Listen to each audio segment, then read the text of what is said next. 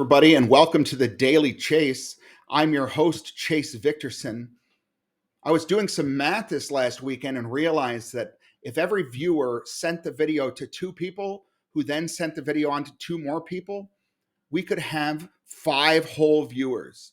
So send this to at least 2 people and tell them to do the same. Mom, please. Anyways, enough with math. Let's get right into it. A few hundred kids pictured here participated in the annual Sterling Park District Easter egg hunt, where 12,000 eggs were hidden around town. Not shown in this photo are the concerned hens looking for their kidnapped babies. A new bar aimed at adults who like to drink, where they can bring their children, who presumably also like to drink, is opening in Mississippi. The bar will feature golf simulators, arcade games, and prizes. The owner, a former salon owner who sold the salon to purchase the bar, said he switched to such a different industry because, quote, if I can't fix ugly, at least I can try and fix boredom.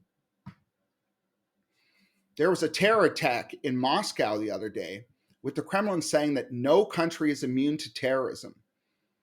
Russian security services acted very quickly, though, and apprehended the suspects within hours of the incident.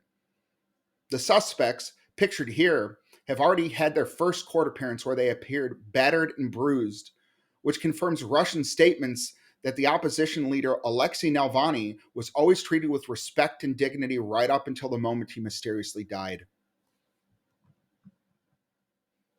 New Jersey First Lady Tammy Murphy has suspended her Senate bid to replace the disgraced Bob Menendez.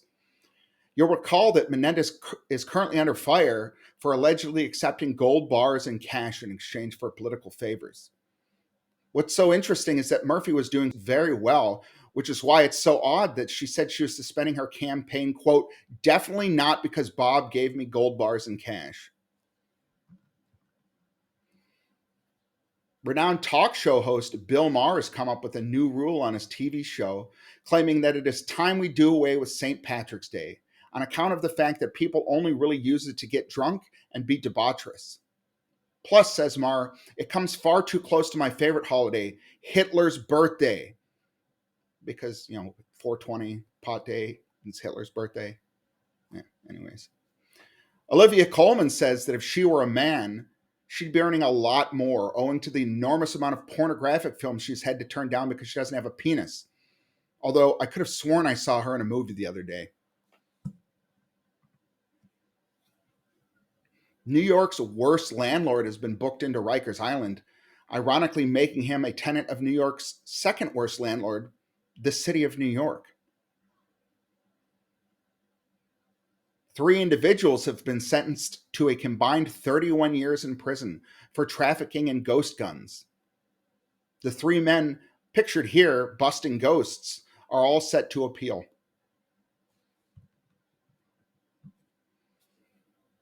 According to the court, President Trump can pay a smaller bond in a civil case regarding Stormy Daniels, which goes to show you that nice guys always finish last. Except for President Trump, who allegedly always finishes first and with an odd look on his face. The CEO of Boeing is scheduled to step down immediately. Reportedly, he opted to retire when given the choice between that or flying next to the door on any Boeing airplane. Hundreds of California residents packed an auditorium over the weekend to discuss the EPA's plan to address the Chiquita Canyon landfill. The problem has been a smoldering subsurface reaction that's caused the landfill to sink 16 feet over the past year and induced a smell that many find revolting. This just goes to show you that California is literally a burning trash heap.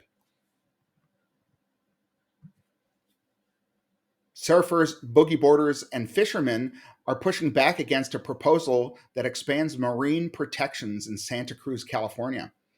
The expansion would exclude commercial use and limit recreational use to certain days and times during the week. Also at the meeting, supporting the expansion, angry fish. Humboldt County is asking residents to rank their favorite bridge as a way to draw positive press and attention to the county. This just goes to show you how much joy and excitement there is in Humboldt County. The FDA has cleared a new blood collection device by Red Drop, which is exciting a lot of people in the blood donation industry as it will make collecting blood a lot less scary for many. Many others are excited simply to replace the old collection mechanism, a knife. Cobb County Restaurants and Other Food Services has released its annual Best Places to Eat ranking based on the scores of their health and safety inspections. Topping the list for a third year in a row is the county's favorite taco truck. We definitely don't serve rat meat here. Ironically, it's also owned by Bob Menendez. A baby born with a rare condition needs an extra dose of love, according to the doctors that delivered him. He will also apparently need significant medical intervention.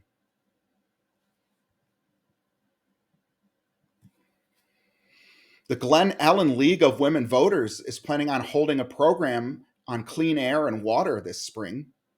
While they've been around for over 100 years, their membership seems to have stagnated, though. And personally, I think they'd probably get more people to show up if they stopped having all their meetings in a kitchen. Eva Mendes said that she and Ryan Gosling had a nonverbal agreement that she'd be a stay at home mom when they had kids. Other nonverbal agreements the couple shared include who is always right and what happens if she talks back. Trader Joe's is now offering a new grab and go store called Pronto, which aims to provide things cheap and quickly. The chain was inspired to open the store by the popularity of grab and go shopping amongst looters in California and New York. And finally, New York City has begun handing out prepaid debit cards to migrants in a controversial program, causing a nearly 12,000% increase in people who identify as migrants. Anyways, that's about all I know. Don't forget to share this and subscribe, and we'll see you next time.